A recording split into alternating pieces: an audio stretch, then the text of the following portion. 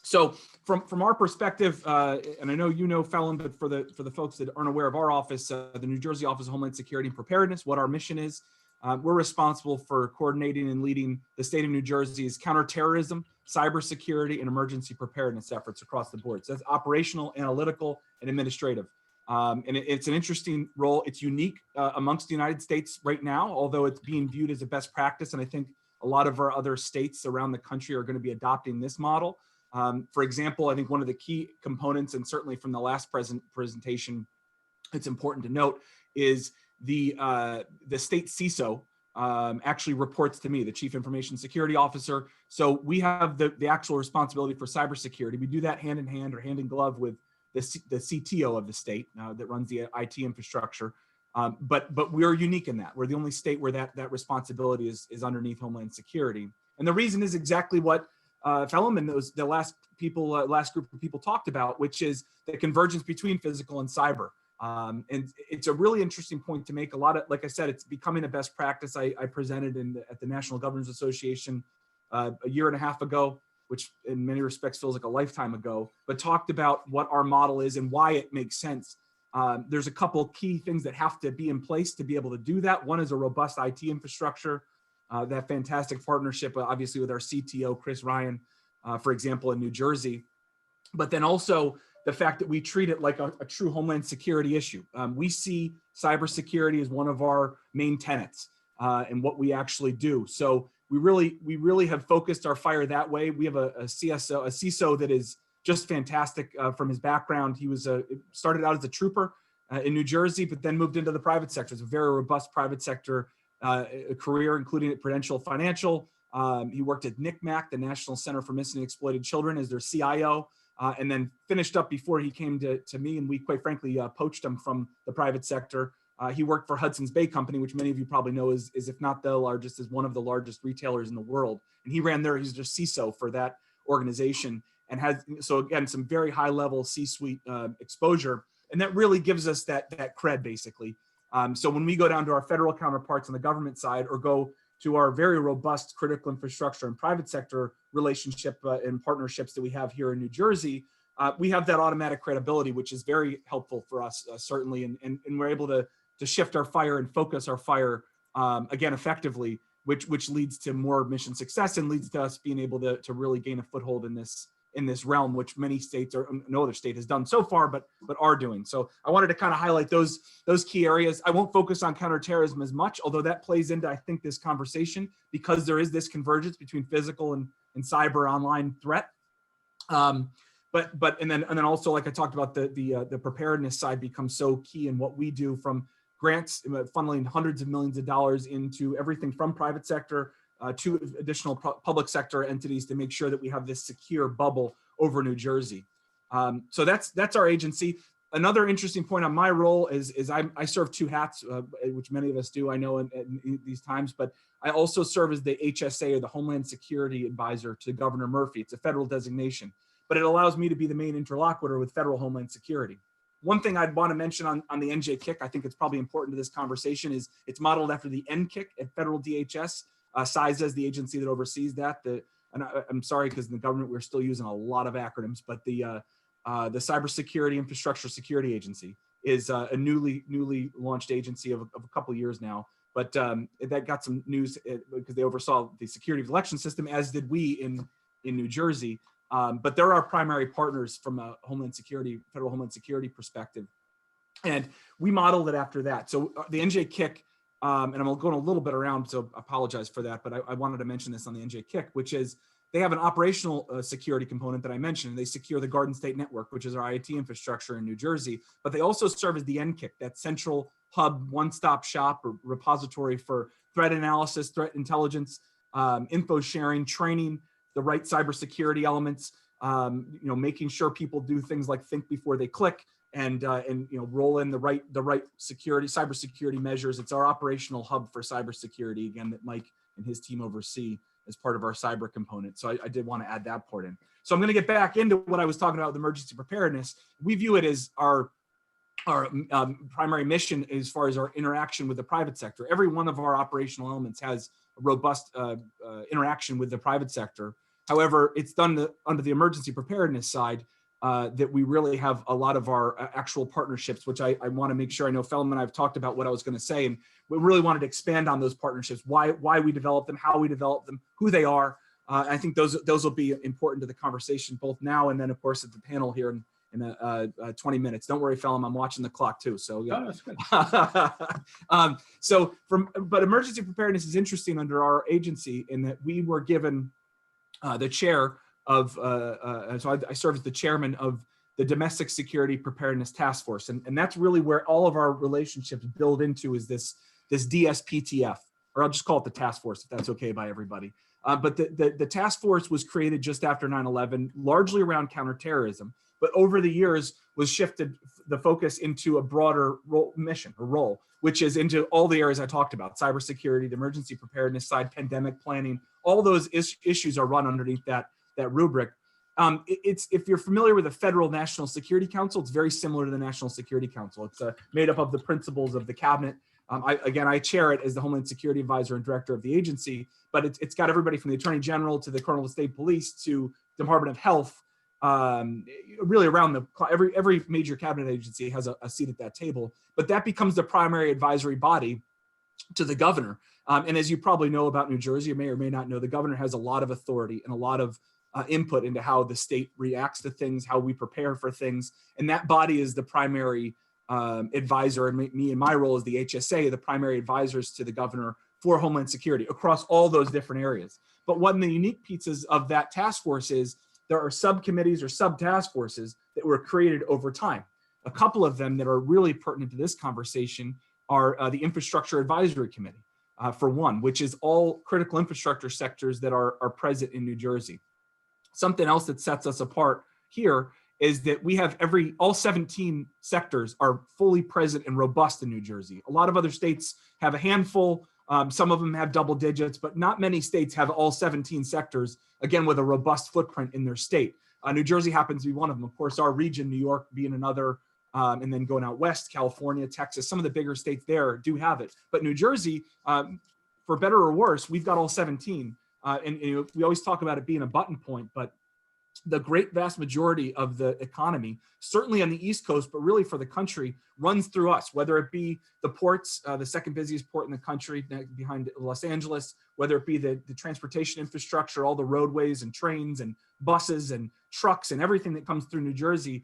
As you know, the I-95 corridor really runs up and down through New Jersey. But then you get into other aspects that make us, again, unique, like the financial sector. So all due respect to our brothers and sisters across the river in New York, but the financial system is largely based here in New Jersey. A lot of people don't realize that. The actual nuts and bolts and the servers and the actions that are happening on trades or big deals are happening in New Jersey from a technology perspective, and in many regards from a physical perspective as well. A lot of those are happening in Jersey City, for example, and some other spots that I won't get into publicly, but there are a lot of the interface of the actual economy itself is actually being conducted here in New Jersey. And it's an important point to note. And the other industry that I'd probably highlight specifically is biopharma. When we're talking about COVID right now, the vast majority of these the vaccination platforms and programs that are being developed are at a minimum being R&D'd here in New Jersey, but often actually implemented and pushed forward. Johnson & Johnson, of course, is a big one, but every other company that you're hearing about, Pfizer, Moderna, really down the line, if they don't have the main presence, they have a huge presence in New Jersey. So we're at a button point for that as well. And all those packaged together mean things like logistics and supply chain resiliency and management. They become huge to what we're doing, and why our office was created given the responsibility to oversee that, because we view those as Homeland Security problems. There's something that we want to focus on and give our full support from the public sector, from the state of New Jersey, and make sure that our private sector partners and components are tied into that. And that's with that Infrastructure Advisory Committee. So I have direct access, for example, to every CISO, every CSO, Chief Security Officer in some agencies or some companies, and then the other parts of the C-suite, like the COO, CEO, and sometimes chairman and chairwomen of companies. I have direct access to them. So that's by phone, in meetings. If we have an issue that comes up that, for example, Johnson & Johnson needs to deal with, I know my first call, and I know that I'll be one of the first calls from them, and it's a back and forth. And it becomes so clear, so important to have those relationships built up before, God forbid, an incident like coronavirus comes along, or before an attack happens, or before a cyber attack happens, or before all these other elements. And so we do that structurally through our infrastructure advisory committee in a robust way. We have regular meetings. We have a regular tempo for information and intelligence exchanges. As you can imagine, those big companies, there's a lot of Fortune 50 and Fortune 100 companies in New Jersey amongst, go down the list of the Fortune list that are here. And so there's a lot of global travel. There's a lot of global issues that are really impacting New Jersey, something we have to work together on to support and get everybody through at the same time. And so that's done, and that's that partnership side. And I think what Phelim really intended me to talk about, which is why those relationships are so important and what they are doing for us in New Jersey. And I think is a model for the rest of the country, because not every other state has this. We're very fortunate, and I was very fortunate to come in as the director and be able to build upon relationships versus create them, which is fantastic. But having that nexus is great prior to February, March 2020. Having that nexus and that relationship post February and March 2020 is absolutely vital. There's no way that our society, and whether it be in a state like ours, a state like California, or a country the size of America or bigger into Europe, all the other aspects that I'm sure all of you are dealing with, we have to be working together, public to private sector, across these issues, or else there's going to be gaps, and there's going to be a huge problems with whether it be a cybersecurity incident or ongoing series of incidents with gaps, whether there be a physical threat that we can probably get through together had we had the relationships in place. And so when we started dealing with this incident, obviously our agency is heavily involved, from everything from vaccinations to PPE to the overall plan to respond to the pandemic. We were dealing with it almost, world on fire type thing. And again, that February, March, April timeframe, but we still had our responsibilities across the private sector and critical infrastructure. And so we found that those relationships that we had developed and established, and I say this to you, and mostly I know private sector folks that are on this call, to have those relationships in place, I know for a fact, got some of our biggest and smallest companies in New Jersey through this initial wave. Whether it be PPE, whether it be the planning, whether it be something as simple as designating a critical infrastructure partner that they're critical employees. So you start seeing companies that say, well, how can I get somebody to work? Let's see. Well, you may be part of a critical infrastructure side. So we have that relationship together, say, okay, we've got the letter from either federal Homeland Security, or again, we work with them to get them added to a list, and then therefore the company continued to operate. And in a pandemic, it really became clear for two reasons. One is from a technology perspective. We had a lot of companies that and a lot of public sector entities and agencies had to adapt very quickly to Zoom speeches. I know a lot of times this would be in person over the last couple of years, and now we're doing this on Zoom. And it's great. We've been able to adapt and do that. And I know Phelim and the team at CTG and company have really worked through getting these to continue. These are vital and important discussions and panels and debates, and sometimes, and we have to keep adapting to that. So that's one example, but right down to the financial transactions. I know in the panel, we've got some of our folks from the court systems that are in place on this next panel. And you look at some of the foundational and fundamental changes that they've had to make on the public sector side, which impacts, again, the private sector. And so those relationships on the front end of this become really, really vital and important to what we're doing and why we're doing it. A couple of things that I don't want to go over too much time here, so I want to make sure I hit the points, and I'm happy to answer any questions either now or in the panel. But the other side of this too is in that cybersecurity realm, and I like to talk about this in the past, but as from a state entity, and it's almost a pitch, I think, to the private sector partners that are on this Zoom. When I sit down with Mike Garrity, our state CISO, and we sit through and think through what our strategy is going to be, or how we're going to change or shift our strategies for inclusion of private sector, of some of these other elements, it always comes down to, we have limited resources. We're at the state level. I'm not the big federal government that can come in and slap down hundreds of millions of dollars on one problem set. I have to diversify. I have a lot of money at hand, but I have to diversify that across all those threats. But what we do have, and I kind of alluded to it earlier, which is we have an incredible wealth of talent from the private sector in New Jersey that we can pull expertise from. So, for example, is Mike Garrity and am I going to go into the CEO and the CSO for Johnson & Johnson and tell them the best how to run their cyber platform? Well, they spend a lot of money. They got a lot of talent there doing their systems. So a lot of it becomes, we push information that we have, intelligence that they don't necessarily have access to, that we're able to push to them from a threat perspective. We do that. But then what we get out of that is we get their best practices, their expertise. So they're helping us out by informing our folks that are part of our advisory committees. Again, not just that infrastructure advisory committee, but also the NJ-KIC. There's a membership there, and I welcome all of you to join that at cyber.nj.gov. But when we go get that intel threat and we get to them, we also get best practices from them. So it becomes really interesting because now I've got, or a company, I'll use a company I talk about often, JP Morgan, which has a large presence in New Jersey. They spend about $775 million a year in cybersecurity alone. That number is obviously astronomical when you compare it against the state budget and what we have to operate. But they have an unbelievable wealth of talent there, and we pull that. I talk to their leadership team often on how we best can bring some of their best practices, some of their tools to play to help out our state. And so that really is to the benefit of a lot of other companies out there and a lot of other public sector agencies. So that robust relationship is really, quite frankly, vital, again, to helping us get it through. But that leads into another side. And every state, of course, has a National Guard element. In New Jersey, a lot of our National Guardsmen and women are actually tied into those big banks or those biopharma companies, or those cybersecurity elements. And so what we get to do here is we've worked out an MOU with the National Guard in New Jersey. And when those folks are on their weekend, they call them the weekend warriors, right? They do one weekend per month, the National Guard, and 2 weeks per year, and normally in the summer. We've been actually able to use them. Let's say their day job is they're the chief of some cybersecurity bureau or element or whatever. They're expert SMEs.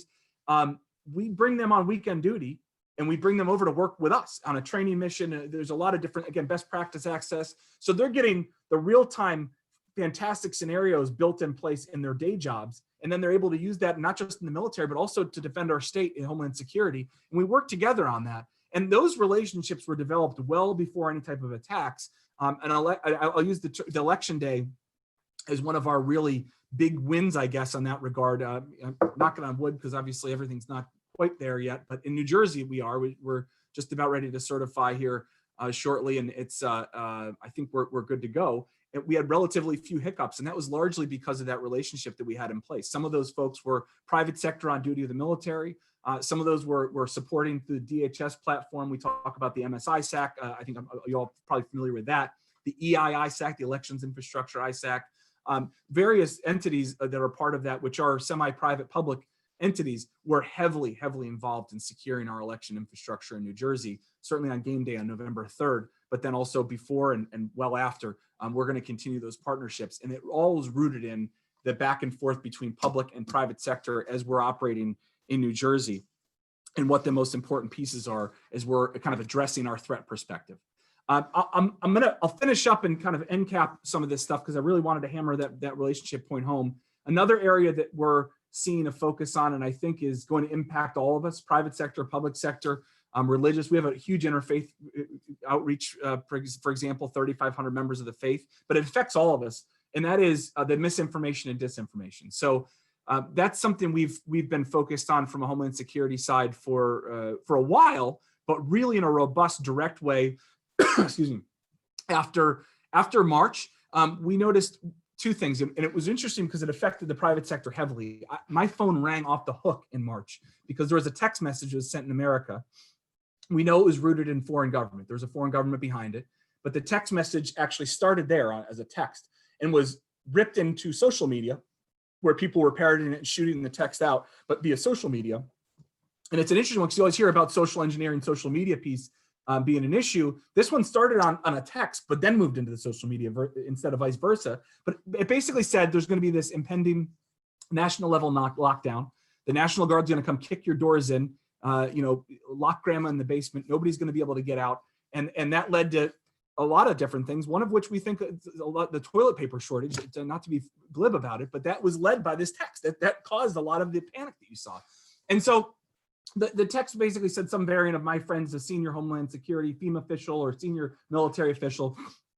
I have it on good access. This is going to happen." And so that led us to say, wait a minute, we've got a real problem, because my phone rang off the hook. Our detectives, cybersecurity, everybody was getting hammered by this narrative. Is this true? Well, of course it wasn't, and you know it wasn't because it didn't. You clearly saw it didn't happen. So we were able to combat that narrative very quickly through those relationships and partnerships. A lot of the C-suite folks that I talked about on that, as part of those partnerships, those were the calls I was getting. So very senior people that were understandably shaken up because their companies, if you lock everything down, they're in trouble in a lot of these cases. And so there was some real panic, real concern, real issues out there that were being affected by a foreign government in this case. And so we started attacking misinformation and disinformation using our partnerships, leveraging those relationships with the private sector, the interfaith group that I talked about, our public sector partners, and making sure that the governor declared us officially the lead on this. And so we created a website, a web page on our website at njohsp.gov. That's our main website, and everything I'm talking about is on there. But we created a rumor and disinformation control website because we recognize foundationally that that's one of the ways we're going to combat the coronavirus, is get real factual information out there. And the only way we can do that is by, one, publicly talking about it. So I addressed the international press conferences with the governor several times that were fed out all over the world. But then also by getting our private sector partners to have that conversation. So many times our CISOs or our CSOs across New Jersey, they're getting that intel straight from us. So they're able to pass that either up to their C-suite if they didn't already talk to me, or have the conversation with their workforces, embed that in there. Hey, if you're on social media and you see something like that, don't just take that at face value. Look, critically think through it. Does it make sense? In that case, there were all kinds of spelling errors, wrong agency names. There was very clearly a wrong message, but it became so important to what we do to have that relationship that we could pick up the phone and a CEO or a CSO not only had the relationship with me or my team, but believed us. And it was a transparent, honest interaction that said, this is what we're putting out. This is why we're putting it out. And here's the evidence and proof that we have that ties this to a disinformation or misinformation campaign. And I really, again, wanted to kind of finish my opening remarks with that aspect, because it started out as an important part of Homeland Security, and it's now turned into, morphed into, I really should probably enter that into a core mission area of what we do, along with cybersecurity and counterterrorism and all these other aspects. And it's largely built on those relationships that we talked about. Again, private, public, interfaith, all those aspects become so important to getting us through those side. And before I turn it over, and I know we're going into the panel next, I wanted to make sure I also highlighted that from a partnership perspective, and from a public sector leadership perspective, those relationships, I think I've probably hammered that point home enough that they're important and vital. They also have to be worked on and grown and developed. So as the new normal happens, we've got to be able to work together and build those relationships even more, and probably in a different way than I'm sitting here on November 20th, 2020. Next year, I may talk about other channels that we've found and developed that were important in relationships that we don't have right now. And that comes down to both sides, right? That's public and private sector, and making sure that we're linked in together, we're working together. We both understand the importance of this relationship. I can't do my job without those private sector relationships. I'm pretty confident you can't do your job effectively without relationships with us. So we can work together and better prepare our country, and in New Jersey, our state, to get through a lot of the incidents, a lot of the critical issues that are happening across our society. So I'll finish up and say, Phelim, I can't say enough about you and your team. I really appreciate the opportunity to be here as always. And I think these are really important conversations. I'm very happy to be a part of it. So thank you. Well, no, thank you very much for supporting us, continually in this virtual format. I know we met briefly at the IPSB in Vegas, and Yep. It's good. That community is going on very, very well too. I know we have Christian and another other people from IPSB on the call too. And the misinformation piece is it's high profile, isn't it? It's the thorny topic. In fact, we might have had an entire panel dedicated to it, but I guess it's too thorny. How can we make it less thorny? In that, there's lots of I don't know, misinformation is making the topic of misinformation difficult, isn't it? How can we make it easier? It's really interesting you point that out. It's we like to think we have an answer on this one a little bit. It's the ultimate catch-22. You're right. That disinformation, misinformation is making the overall topic way more difficult to have robust conversations about. In New Jersey, again, we focused, and this is after we had some significant conversations. I had some significant conversations with the governor and his chief of staff, chief counsel, and talked through the importance and again, the vital nature of being clear, direct, transparent, and trustworthy in all of our information. We don't include any politics into our information. It is just sticking to facts, fact-based. One of the really neat aspects of my agency, and I actually was a holdover. I was nominated by Governor Christie, who's a Republican, and Governor Murphy, who's a Democrat, kept me on. And I believe one of the reasons that was the case is because our agency has been radical about sticking to an apolitical role. We have always maintained our apolitical nature. And me personally, I always have. The conversations I had with both governors, the very first thing I said is, I have to personally remain, and our agency has to remain apolitical in everything that we do, or else we'll lose our credibility. We won't be able to secure the state in the way that needs to happen. And thankfully, both governors fully agreed with that. I think it's largely, again, why I got the job and why I was able to keep the job. And so number one is we make a very direct effort to not just say it, right? We also make every effort to prove it, to show it. So when we talk about misinformation or disinformation, I don't just throw something out in a press conference and say, this is wrong, or this is fake, or this is whatever. We have actual, factual, written out analysis with direct links to whether they be official statements or articles from a trustworthy news organization that are written in a clear way, that have, we really tie this together with evidence, direct evidence. And if we can't find that, then we're not going to talk about it until we can refute something or show something that is fake or is disinformation or is information. We can tie it to a foreign government, for example. There have been many examples of that over time. One of the real key statements I think that came out, it was really good to see the feds get involved in this. We started our efforts in March. The feds really started pouring this on late spring, early summer, May, June. But then a few weeks before the election, you saw the ODNI and FBI come out. And up to that point, it had been an unprecedented step, which they released we thought was a pretty good portfolio of why and how foreign-based actors, they focused on Iran and Russia in that release, but the foreign-based actors were absolutely trying to create and foment, cause disconcern, et cetera, within our election system, within our system itself, and they laid that out. We thought that was a good step. We've been trying to do that again since March and even before, but March in a robust way. And it comes down to the public has to trust us. They have to trust me. They have to trust the governor. I'm not going to go too far beyond that because I think there's, to your point, the disinformation and misinformation is causing other issues. But our leaders, national and state level, have got to be issuing direct, clear, concise, transparent information only. And when it comes to these things, and I think we're going to get there. We're getting there. We're working our way towards that as a society. But I know in New Jersey, which obviously I can speak to directly, that's been the focus, and we think has really gone a long way to our citizens. When you talk about the text message, well, thank God we didn't have a national lockdown after that, but we were able to declaratively say no lockdown, and then it didn't happen. So we build that trust, right? So that becomes such a huge aspect of this and what we do, and I think that's helped us in New Jersey.